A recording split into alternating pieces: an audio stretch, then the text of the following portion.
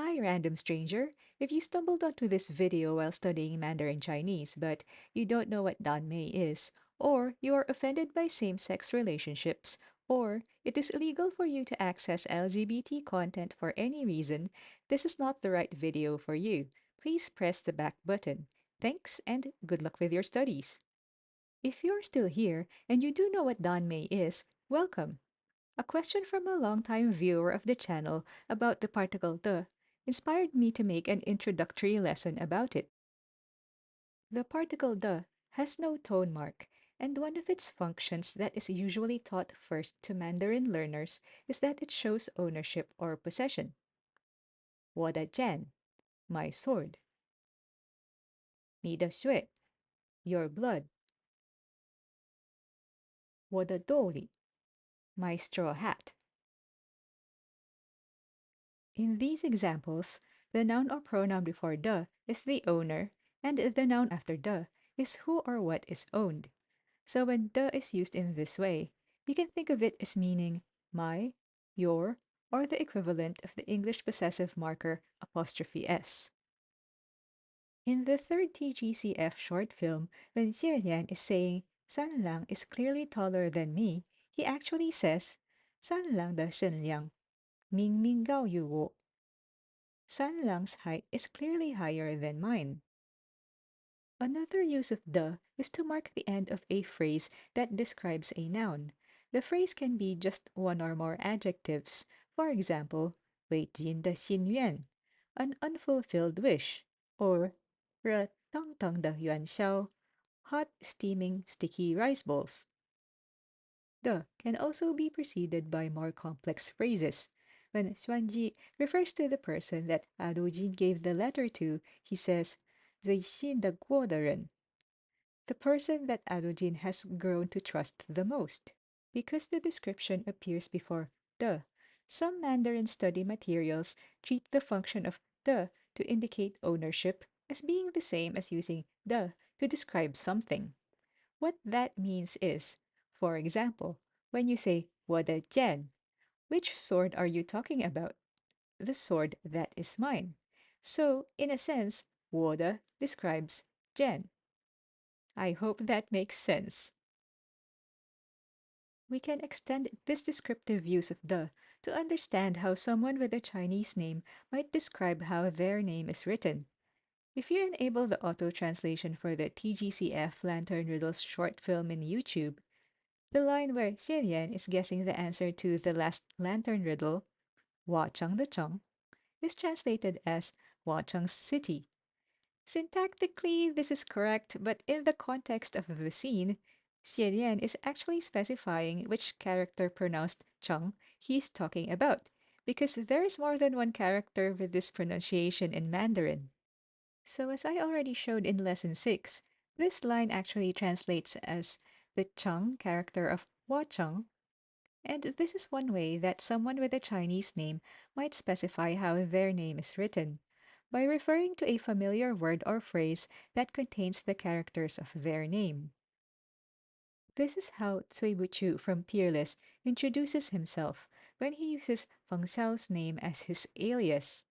In Book 3 of the English version, he says, I am Feng Xiao, Feng as in phoenix, Xiao as in the high heavens.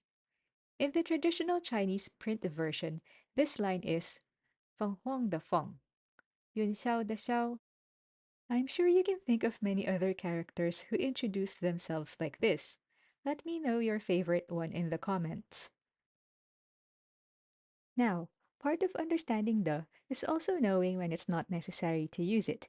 In spoken conversation, the can be omitted if the statement describes a close personal relationship of a pronoun. The following confrontation between Wei Wuxian and Jin Ling in The Untamed is an excellent example of this. Jin Ling says, 再不撤,我告诉我舅舅. If you don't break the spell, I'll tell my maternal uncle. Wei Wuxian replies, 为什么是你舅舅?不是你爹? Why tell your maternal uncle but not your father? And then he continues, 请问,你舅舅那位? Who is your uncle?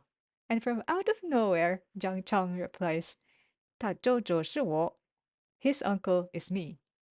There are several places in this dialogue where we would expect the to appear, but since these are references to family, maternal uncle, and father, and are preceded by pronouns 我, ni, and ta, then it's okay to omit the. I'm going to go off topic for a moment to dissect some of the language details of this dialogue. First off, outside of historical Chinese dramas, I never hear characters use die as the word for father. In modern conversation, you will normally hear baba or just ba used instead. Next, we already learned in lesson 1 that Jingwen is equivalent to preceding a question with may I ask. You can think of nawe as a polite version of shay, which, if you remember lesson 5, is the question pronoun for asking who. In Mandarin textbooks, the expression 您是 nawe is often taught as a way to ask someone to identify themselves over the phone. If you ask 你是谁 instead, it might sound angry or rude to the person on the other end of the line. But was Wei Wuxian actually being polite by using these expressions? I would argue that the way he asked this question is too polite, and he sounds insincere or mocking. Anyway, let's go back to the topic of the. This time, let's try a slightly different example.